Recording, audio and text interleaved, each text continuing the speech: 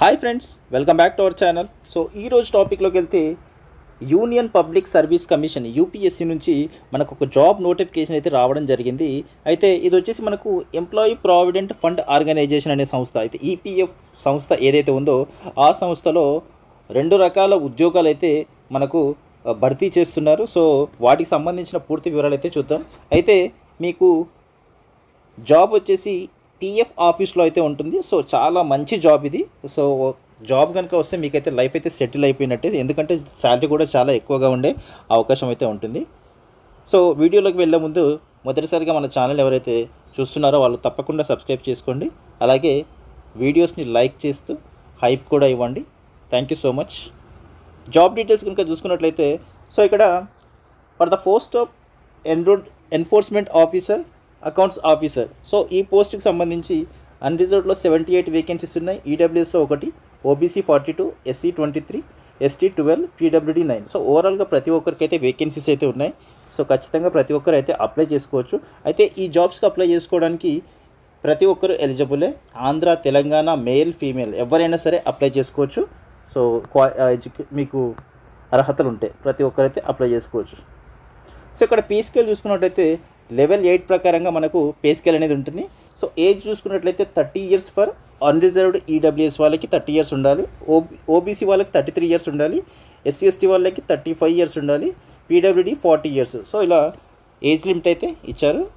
దాంతోపాటు మీకు education qualification చూసుకున్నట్టయితే బ్యాచిలర్స్ డిగ్రీ అయితే ఉండాలి. సో ఎనీ సబ్జెక్ట్, సో డిగ్రీలో మీకు ఏ సబ్జెక్ట్ ఉన్నా ప్రతి ఒక్కరైతే అప్లై చేసుకోవచ్చు ఈ జాబ్కి. ఇంకొక పోస్ట్ చూసుకున్నట్లయితే assistant provident fund commissioner.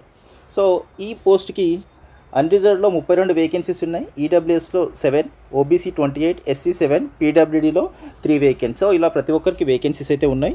And ఇక్కడ పే స్కేల్ చూసుకున్నట్టయితే లెవెల్ 10 ప్రకారం మీకు శాలరీ అనేది ఇస్తారు. చాలా హై శాలరీ అయితే ఉంటుంది. సో ఏజ్ చూసుకున్నట్లయితే 35 ఇయర్స్ అయితే అన్రిజర్వ్డ్ ఈడబ్ల్యూఎస్ వాళ్ళకి ఉండాలి. 38 ఇయర్స్ ఓబీసీ వాళ్ళకి, 40 ఇయర్స్ ఎస్సీ వాళ్ళకి, అలాగే 40 ఇయర్స్ అయితే ఎస్సీ ఎస్టీ వాళ్ళకి ఉంటుంది. తర్వాత 45 ఇయర్స్ వచ్చేసి పీడబ్ల్యూడీ క్యాండిడేట్స్కి అయితే ఉంటుంది. ఎడ్యుకేషన్ క్వాలిఫికేషన్ చూసుకున్నట్లయితే డిగ్రీ ఉంటే సరిపోతుంది. మీరు డిగ్రీ ఏ సబ్జెక్ట్ అయినా పాస్ అయి ఉంటే అప్లై అయితే చేసుకోవచ్చు దీనికి. అయితే ఇక్కడ అదర్ డీటెయిల్స్లో కనుక చూసుకున్నట్లయితే the post is permanent group A. So ఇది గ్రూప్ ఏకి సంబంధించినటువంటి పోస్టులు అనమాట. సో ఖచ్చితంగా ఇది పర్మనెంట్ జాబ్ అయితే ఉంటుంది మీకు. సో దీంట్లో మీకు ఎలాంటి సందేహం అయితే పెట్టుకోవాల్సిన అవసరం లేదు. ఇంపార్టెంట్ డేట్స్ కనుక చూసుకున్నట్లయితే మీకు ఆన్లైన్ అప్లికేషన్స్ జూలై 29th అయితే స్టార్ట్ అయ్యాయి. లాస్ట్ డేట్ వచ్చేసి మీకు ఆగస్ట్ 18th వరకు అయితే లాస్ట్ డేట్ అయితే ఉంది. సో ఆ లోపు అయితే అప్లికేషన్స్ అయితే పెట్టుకోండి. జాబ్లో సెలెక్ట్ అయిన తర్వాత ఇనీషియల్గా అయితే మీకు ప్రొబేషనరీ పీరియడ్ అయితే ఉంటుంది. సో ఇది వచ్చేసి మీకు 2 ఇయర్స్ అయితే ప్రొబేషన్ పీరియడ్ అయితే ఉంటుంది. సో 2 ఇయర్స్ తర్వాతనే మీకు జాబ్ అనేది కన్ఫర్మేషన్ అనేది ఉంటుంది. అయితే దీనికి సంబంధించి మీకు ఎగ్జామ్ అయితే ఉంటుంది. సో ఎగ్జామ్తో పాటు ఇంటర్వ్యూ కూడా ఉంటుంది. సో దానికి సంబంధించినటువంటి సిలబస్ అది చూసుకున్నట్లయితే సో ఎగ్జామ్ వచ్చేసి మీకు 2 అవర్స్ అయితే ఉంటుంది. ప్రతి క్వశ్చన్కి ఈక్వల్ మార్క్స్ అయితే ఉంటాయి. అలాగే మీకు ఇది ఆబ్జెక్టివ్ టైప్ క్వశ్చన్స్ అయితే అదే మల్టిపుల్ చాయిస్లో అయితే ఎగ్జామ్ అనేది ఉంటుంది. సో ఎగ్జామ్ వచ్చేసి ఇంగ్లీష్ అండ్ హిందీ లాంగ్వేజ్లో అయితే ఉంటుంది.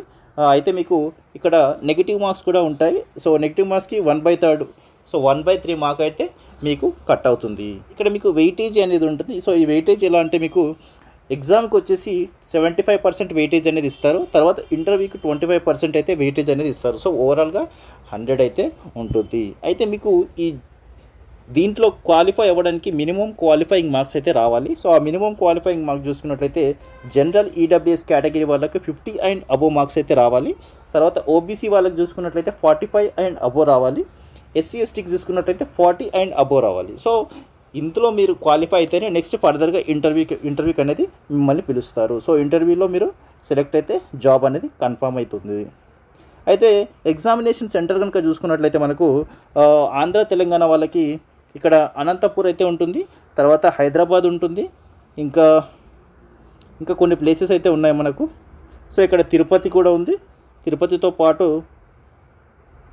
వరంగల్ ఉంది.